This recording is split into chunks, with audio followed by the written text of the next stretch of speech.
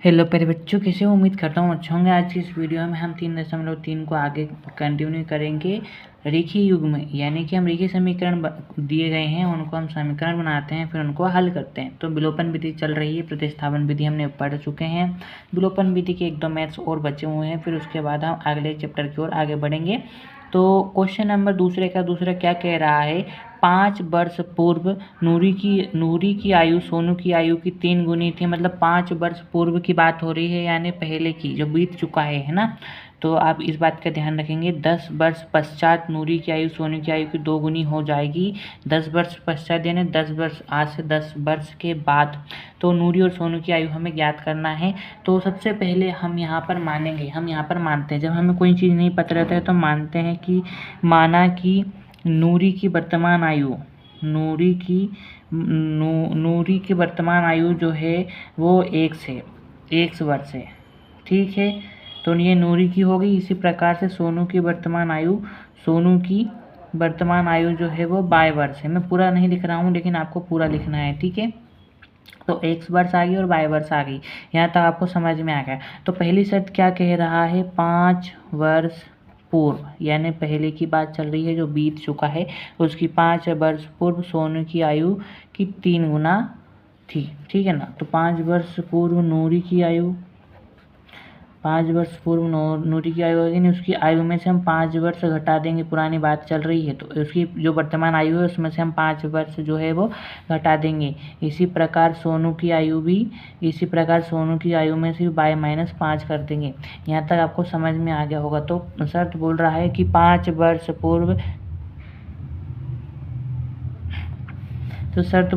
5 वर्ष पूर्व नूरी की आयु सोनू की आयु की 3 गुनी थी। तो नूरी की आयु क्या है? नूरी की आयु जो है x - 5 है।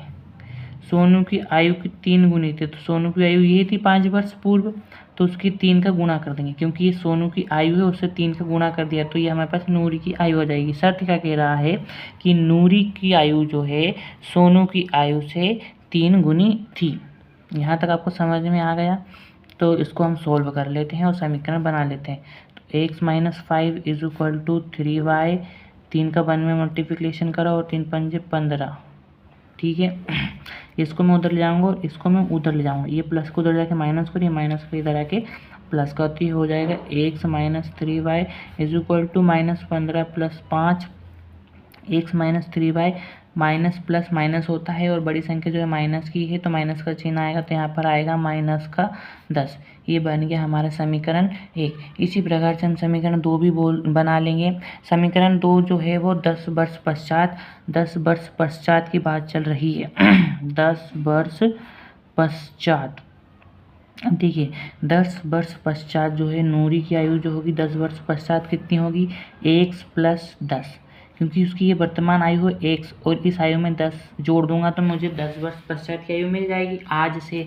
उसी प्रकार से मैं सोनू की आयु में भी 10 जोड़ दूंगा तो मुझे सोनू की भी 10 वर्ष वाली आयु में पता चल जाएगा, क्योंकि वर्तमान की आयु है, आज की आयु है, और 10 वर्ष पश्चात की आयु ये है। मतलब आज की आयु में मैं 10 जोड़ दूंगा। फॉर एग्जाम्पल अगर ये 11 साल की है तो आज से 10 साल बाद कितनी की होगी? 21 साल। ये मैंने कैसे पता चला? 10, क्योंकि 11 साल में मैंने 10 जोड़ दिया तो मुझे नूरी की 10 वर्ष पश्चात की आयु पता चलेगी। तो प्रश्न क्या कह रहा है कि जो नूरी की आयु है 10 वर्ष के पश्चात जो है वो सोनू की आयु की 2 गुना रह जाएगी। कितनी? 2 गुनी हो जाएगी। तो सोनू की आयु जो x + 10 है। ठीक है, और नूरी की आयु यह है। सोनू की आयु में इसलिए कर रहा हूँ क्योंकि नूरी की आयु जो सोनू की आयु की 2 गुनी हो जाएगी, है ना, 2 गुनी होगी। ठीक है, यहाँ तक आपको समझ में आएगा। इसको मैं सोल्व कर देता हूँ। हो जाएगा x + 10 = 2y, बाई के साथ कुछ नहीं है तो 1 + 20, ये इधर आएगा और ये उधर जाएगा, तो x प्लस का 2 इधर आके माइनस का 2y, और बराबर में 20 इधर प्लस का 10 उधर जाके माइनस का 10 हो जाएगा।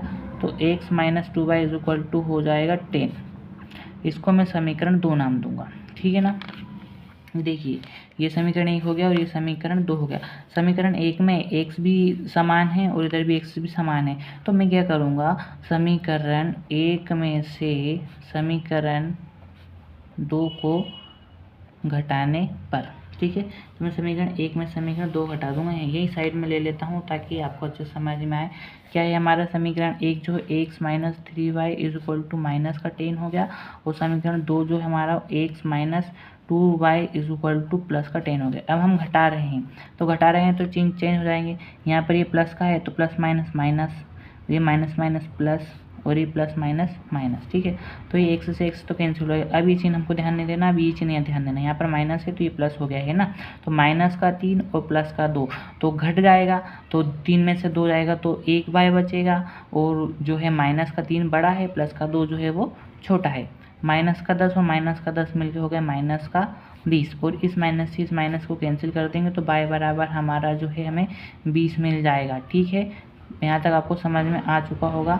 अब इसके बाद इस y के मान को मैं समीकरण 1 में रख दूंगा, यह भी समीकरण 2 में आपको जो भी लगे आप उसमें रख सकते हो। मैं समीकरण 2 में रख रहा हूँ, आप 1 में रख के भी हल कर सकते हैं। आप बताइए कि आपका क्या आंसर आए। तो समीकरण 2 में y का मान रखने पर, है ना, आपका क्या मान आता है आप मुझे बताएंगे। समीकरण 2 क्या है, x minus 2y is equal to 10 है, ये माइनस का उधर जाके प्लस का हो जाएगा 10y प्लस 2y। y का मान जो है हमारा क्या है, y का मान जो है हमारा 20 आया है, ठीक है ना। तो x is equal to 10 plus 2 टू ज़ा 4 40 हो गया, तो x बराबर हमारा हो गया 40 10 50।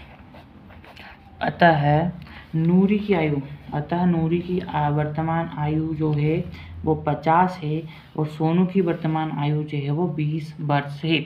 इस प्रकार हमने सोल्व जो है क्वेश्चन जो है इसका समीकरण बनाया और सोल्व करा। आगे के क्वेश्चन भी हम ऐसे सोल्व करेंगे। आप कमेंट ज़रूर कीजिए, कमेंट से मुझे बहुत मोटिवेशन मिलता है। धन्यवाद।